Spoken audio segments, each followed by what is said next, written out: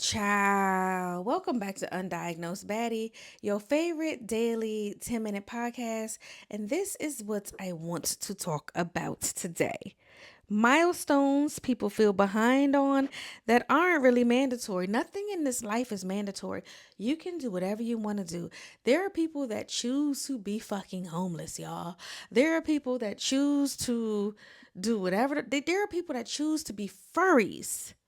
Okay, so let's get into these milestones. We're going to state the obvious ones first. Being married by a certain age. When you look at demographics in the United States, those Midwestern states where those girls go and they pledge and they live in those sorority houses, and their goal of going to college is to get their husband. So by the time they graduate, they got their blue collar husband and they could be a stay-at-home mom with their Denali Yukon. Baby, listen. I want to say marriage at a young age is so overrated, and I'm not talking about marriage overall, right? This is not that right now, but marriage at a young age is so overrated, and I want people to live their lives, the men, the women, all of the things. The way that people say you need to be married by 25, 27, have kids by 30, the kids are growing up by 50, you're this and this is where you need to be, and it's like, chill the fuck out. Chill. Why are we rushing anything? Why are we carrying on certain traditions that don't need to be carried on? And it's just like this social construct holds so many of us back from who we truly are. Those ones that are getting married at 18 are getting divorced at 24. What are we doing? You see what I'm saying? So let's go ahead and stop making marriage a priority for young adults. Excuse me. We need to cut that shit out. Okay. The next on the list, home ownership as making it. There's nothing wrong with home ownership, but what we're not going to do is say everybody needs to own a home by this particular age or you're falling behind, especially in this economy where interest rates are so fucking high. Okay. Matter of fact, let me do this real quick while we're live on air because y'all know I need a fact. What is the average interest rate for home ownership in the United States? Okay, so the average interest rate is 6.65 to 6.77, right? Now watch this. What is the average interest rate in the Washington D.C. area for home ownership? What is the average interest rate in the Washington D.C. area for home ownership?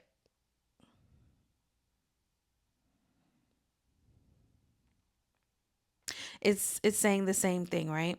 And so on a 30-year fixed 6.62 to 6.83, and on a 30-year FHA 6.13 to 6.43, and on a 30-year VA 6% to 6.47%. Now, the higher the credit score, of course, the lower the interest, but that's not the point. The point is that shit used to be low. Okay, so watch this.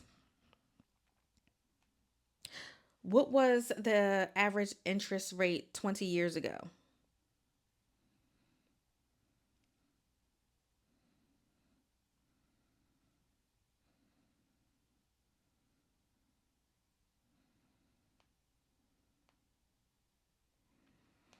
Okay, so in 2006 they were about the same, but 2008 to 2015 they dropped to 3.5 to 4.5, and that's what I'm saying. So before that they were even lower, and that's how like my I have a grandparent whose house was bought for 80 grand, and it's now worth $900,000. Okay, so the home ownership is nowhere near the same as it was 20, 30, 40 years ago. And that's very quick. That's very quick that change happened, right? So let's stop telling people that they're not worth a damn because they choose to rent to have the amenities that they have to and choose to rent to not have the headaches that they have to pay for a full furnace system, to pay for the electrical, to pay for the roof. And people say, yeah, go just get homeowners insurance, but it doesn't cover everything. And you still do have to come out the pocket with some stuff, because sometimes that shit is not overnight versus, calling maintenance and they're here the next day. Like, please, let's pull my list back up. Right. So, another one, having it figured out. What what is the end goal? Who's to say that you have to have everything figured out by 30, when a lot of people's frontal lobes are not developing until 25, 26, 27? We have men that are just still whatever, right? So having everything figured out by 30 to me is crazy, because you are just starting to live. You are just in this day and age, I will say, getting out on your own. And I'm talking about without a roommate, without your parents. It's a lot. Having the stressors of trying to have everything figured out by 30 is where a lot of people lose it. They become suicidal, and they feel like failures because society says you have to have everything filled out figured out by 30. I also do want to say this, like, a lot of these timelines that we have are so outdated, because people are living so much longer now. And a lot of these timelines, you were supposed to marry young, because you were also dying young. Does that make sense? So don't compare your life path to that of somebody else, because who's to say that they're even happy on a life path that they are, especially if it's not a life path that they saw for themselves, and they're going by the traditions and the standards of what's in their family, right? So another one is, retiring at 65. And I know you're going to be like, well, when are you supposed to retire? When you fucking want to. If enough people rebelled, shit would change. You don't have to wait till you're 65 to retire. Learn some trading, learn some shit, get in, get out, and be able to enjoy life. I will say, not to go down this hole and be, sad Sally, but I am glad that my mother started enjoying life before she died. She definitely cared about her kids. Number one, she definitely cared about the church, and she cared about her career. And I'm so glad that she got out of her stiffness.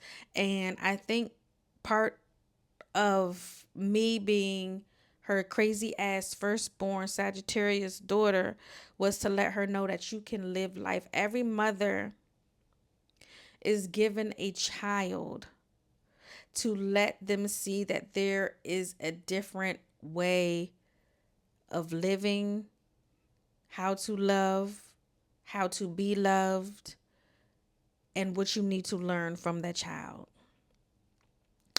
And it's not linear. It's not. It is not linear, right? Milestones, again, people feel behind on, that aren't really mandatory, right? And we're gonna talk about women right here, and I think it's crazy. We're gonna talk about that snapback culture, where losing your baby weight and bouncing back fast after postpartum is not, everybody's body is not going to do that. Everybody's body is going to respond to having a baby different. I do miss when y'all used to wrap yourselves up. You need to be wrapped. You need to put on a faja. You need to put on a girdle. You do need to do that. That aids in the snapback. And I know that seems a little contradictory to what I'm saying, but you do need to do that, and you do need to stay wrapped. I don't give a fuck if it's about the snapback. What I care about is you making sure that you are happy, you are healthy, and you look how you want to look after you have that baby. Saying, oh, my stomach's back flat 3 days after I had the baby is not really the flex that you think it is, right? Had that fat on you for a little bit. You can go the route of non-traditional breastfeeding, and I don't think people talk about that often, is you could pump. You don't have to give that baby that titty, but you could pump, and you could still get the breast milk to that baby. I know that's a little bit we go everywhere with this. This is Undiagnosed Baddie. It's all kind of gems up in here, but don't feel the pressure from society and celebrities to think that you need to be, 6 pounds after you have a 6 pound baby. Don't do that, y'all.